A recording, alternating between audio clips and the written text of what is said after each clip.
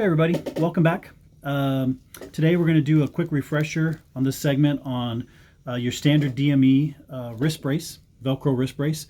We have three different types here. The standard, we also have the extended forearm wrist brace, and the wrist brace that includes the thumb portion for a thumb Spica wrist brace. We're not going to get into brand specifics. They're all pretty much designed the same. And really we're just going to go over how to apply one properly, where it should rest, how tight it should be, and that's it. It doesn't really matter who you're going to go with or anything like that. I'm going to lower the camera here so you guys can get a good view of the items. We're going to go ahead and do this. So the standard wrist brace is, generally speaking, a neoprene type material with a little stockinette sleeve inside. Usually has at least one strap that goes around the body of the brace and a strap that goes through the thumb, the webbing between the thumb and the index finger. Usually has an aluminum type or soft metal type stay that goes across the dorsal surface of the arm.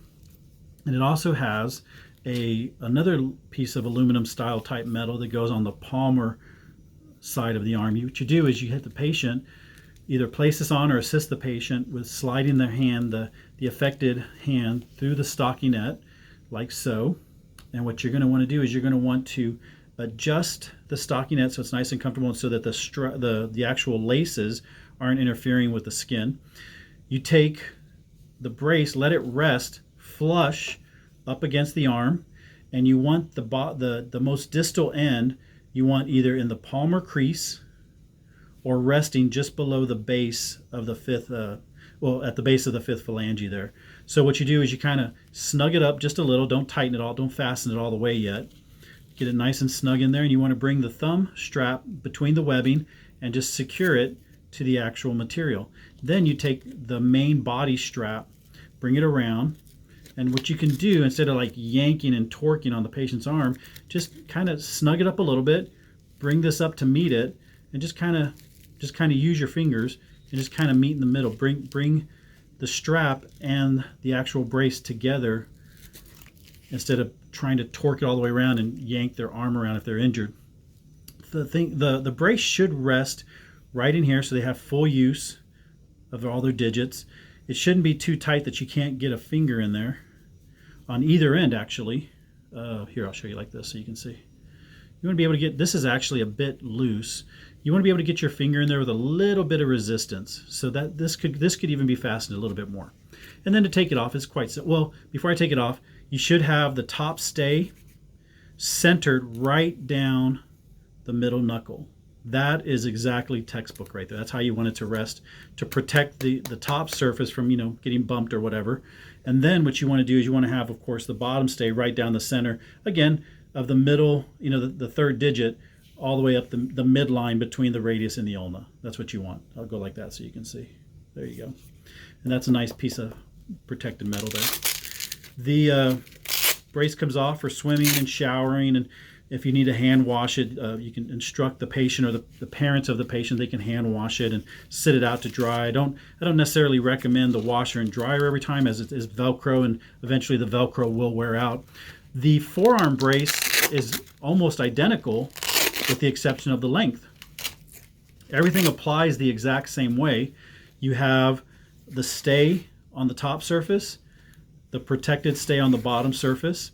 This one, of course, because of the length and because it goes the length of the forearm, it's of course going to have two straps instead of one. And you have the webbing strap that goes between the thumb, and it goes on the exact same way. No reason to demonstrate the exact same thing. They're very, very similar. The only difference is length. I'll turn it this way because I'm not trying to advertise for anybody. So just like so.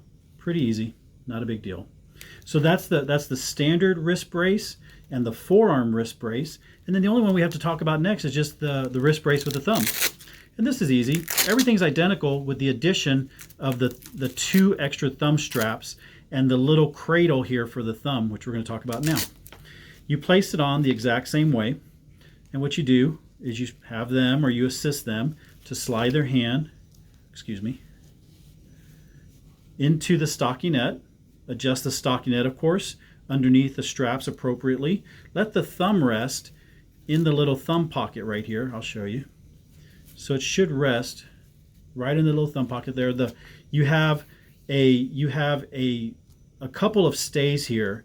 You have this one that goes right down the thumb line. You have another one. So you basically have two nice stays, two nice metal stays that go right down both the top portion and the bottom portion of the radius. And your radius should sit right there in the middle. Then you still have the bottom, the palmer piece of metal that you used to in the last two straps. That again goes right down the center. You have an outer stay right here that goes down the ulnar side. So this one has a bit more protection than the two standard ones. And again, what you do, you snug it up a little bit just to get it, get it started. Snug it up just a little. Move this top one out of the way and start with the strap that goes through the webbing. Bring it straight down onto that top stay right there. So it's nice and lined up. And then you proceed forward next with the two thumb straps that come around. This keeps the thumb from flexing and extending. You still got the IP, but it just keeps it from totally flexing and extending. And then all you do is what we've done before. You secure the two straps. I would do the wrist strap first, just normal, doesn't have to be crazy. And then again, like I talked about before, get your fingers, bring the brace up to the strap and meet it in the middle so you're not torquing the arm completely outward. Come back and revisit the wrist just so that they're nice and equal and they're even. And again, you want to be able to get your finger in there without any problems. And again, over here on the back side, you get your finger in there, and that's really nice right there with a little bit of resistance. And that is exactly how that should look. And I'll show you just one last time before we shut the video down. You have a nice hard stay right there, a nice hard protectant stay there. The ulnar one, which should go right down the ulnar right here. And then of course the last one, which you already know, which goes right down the center right here. And that's your thumb Spica Velcro wrist brace. So again, thumb Spica, your forearm, which again goes pretty much the length of the forearm, and your standard wrist one. So again, just a little refresher on DME for the wrist, Velcro wrist brace, and the three most common ones used. Thanks for tuning in, and we'll see you at the next video.